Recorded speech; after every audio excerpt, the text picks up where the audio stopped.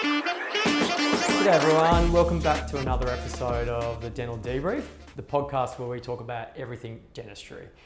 I'm Tim, this is my best mate Maheer. We run our clinic Azure Dental out of Inglewood in Perth, Western Australia, and today we're going to talk about how diet affects oral health. So Maheer, how exactly does the food we eat impact our teeth?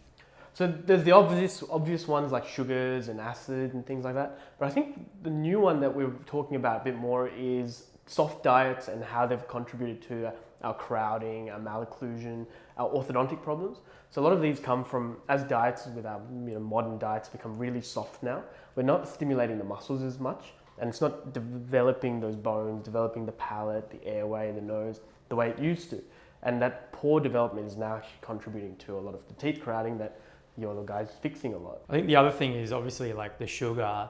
When you look at skulls from 100,000 years ago, there just wasn't tooth decay, whereas now there is, and it's because of that change in diet that's not necessarily natural, which is the highly processed sugars, fast food, and fizzy drinks and all that sort of stuff. Yeah, exactly. The sugars that are dissolved, because diet, sugars in fruit, and that would come with fiber, and that would be a bit more natural, and they'd pass through, and it'd be very limiting on how much sugar you could eat because the fiber would just fill you up. But now we've got these refined sugars dissolved in liquids that get into the grooves of the teeth, or they get in between the teeth, and that's where we've seen the tooth decay. That's it. Cave people didn't have Coke, eh? Tim, have you had any patients that have just got severe problems and you could just pinpoint it to their diet? I mean, pretty much every patient who comes in with a lot of decay, it's always like really high sugar consumption. But like, it's not necessarily obvious. A lot of patients will say, I don't have any sugar, I don't snack. But they're having, say, 6 or 7 coffees a day with sugar dissolved in it.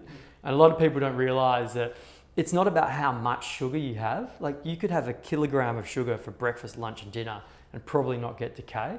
It's the person who has a jelly bean every half an hour because they're constantly putting sugar in the mouth. The bacteria don't care whether it's a kilogram of sugar or a teaspoon of sugar. It's still a heap of sugar for the bacteria. So what's really important is how frequently throughout the day you're having it. So I tend to find the people who get decay, they're the snackers who are constantly in the fridge or in the pantry getting a new snack every sort of 20, 30 minutes. Yeah. And I'll just add to that, and they don't let the mouth and the environment take over and start sort of repairing. There's no time for repair or resetting. It's just constant attack, sugar attack or acidic attack, and that wears down that dentition. Yeah, so they say every time you eat sugar, your mouth becomes acidic for half an hour, and your mouth can tolerate about an hour and a half to 2 hours of acidity a day. So out of 24 hours in a day, you can tolerate sort of 3 or 4 meals potentially containing sugar. But when you add in sort of 7, 8, 9, 10 sugar exposures throughout the day, your teeth's in an acidic state for hours and hours and hours, and it just can't repair. The saliva can't repair it fast enough. Exactly. How do we sort of reset and help against these sugar attacks? Should we be brushing our teeth straight after having some sugar? Yeah, so the classic one is that after you've had sugar, your teeth are going to be surrounded by acidity, and they're going to become a bit softer for about half an hour. And it takes about half an hour for the saliva to sort of harden the teeth up again because your saliva is full of calcium and phosphate. So if you go and scrub your teeth during that time when they're softer, you're actually going to take more enamel away. So that's why we say after you've eaten something containing sugar, you should rinse your mouth with water and do something to stimulate your saliva. So the best thing to do is to chew sugar-free gum because it's going to get your saliva going. It's sweet. The chewing action, it all gets the saliva going, and that's what's going to repair the teeth. So we say if you've had like an acidic drink or you've had sugar, wait half an hour before brushing your teeth. But I don't think you need to brush after every meal. I think you just need to rinse with water, chew some gum for 20 minutes, and you're fine. And it's not the sugar that's making the holes and the decay and the problems, it's the bacteria. So if you don't have bacteria, the sugar is much less effective in doing the damage, but the sugar feeds that bad bacteria that creates the acids that makes the decay. Yeah. But here for you, have you had any patients with severe dental problems that were caused by their diet? Yeah, as you mentioned, it's always like the snackers. There's the little old ladies that are in their social groups and they're just having teas, but they're having lots of tea throughout the day with a little biscuit here and there. But then when you look at the day, they're having about 6 or 7 sugars in their tea plus a little snack, and they just find they have so much plaque and they already have lots of dental work. So the dental work's failing, and it's usually because of that just a little attack of sugar every half an hour, every hour, which is, you don't even notice, you're just having a little sip of tea during the day on a cold winter's day or something. But if it has sugar in it, it's feeding the bugs. It's the same with kids. I've had like a little 6-year-old who had decay in like all of her back teeth, and her mum was saying, but she never has any like processed food or any of that sort of stuff.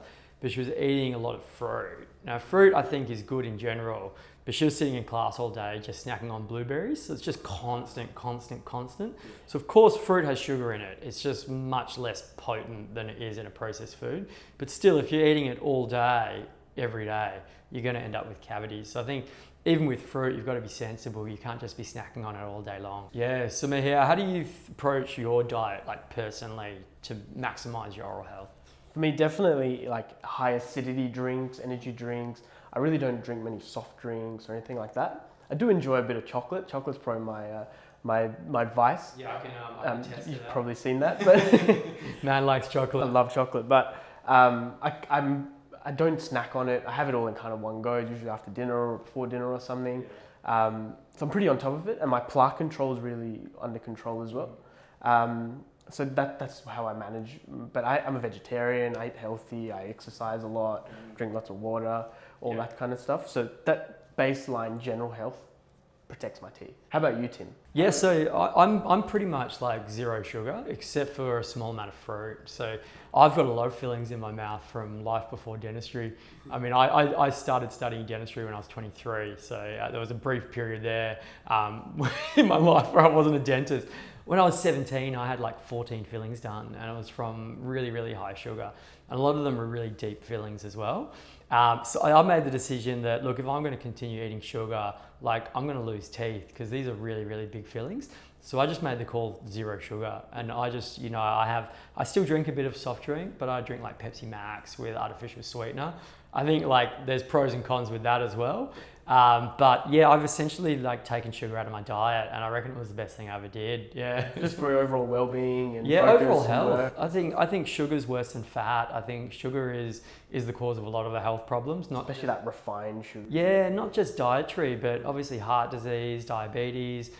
Generally like increased inflammation from high sugar diet. There's heaps of research to support that. Yeah, I think low sugar is the way to go, just for your general health as well. Yeah. Here, I'm just going to throw some foods out there for you. I just want you to tell me whether they're friend or foe for your oral health. Done deal. Apples, Friend. coffee, Foe. cheese, Friend. soda, Foe. almonds. Friend. Yeah. So Tim, I'm going to quick fire a couple of foods. You're going to tell me friend or foe for your oral health. Let's do it. Alrighty. Carrots. Friend. Dried fruit. Foe. Green tea. Friend. Ice. Foe. Oranges. Friend. Yeah, that's a tough one. Yeah. It depends. So oranges can be quite acidic, right? And especially if you have those people that like they suck on lemons or they suck on oranges. I know. So much erosion. Exactly. But vitamin C is great for your gums and it's good for your overall health. So I think in moderation. Thank you for listening to our latest episode of the Dental Debrief. I'm Maheer. This is my best mate, Tim. If you have any questions about what we've talked about today or a future episode and you have some ideas, let us know. Drop us a comment. We'd love to hear from you.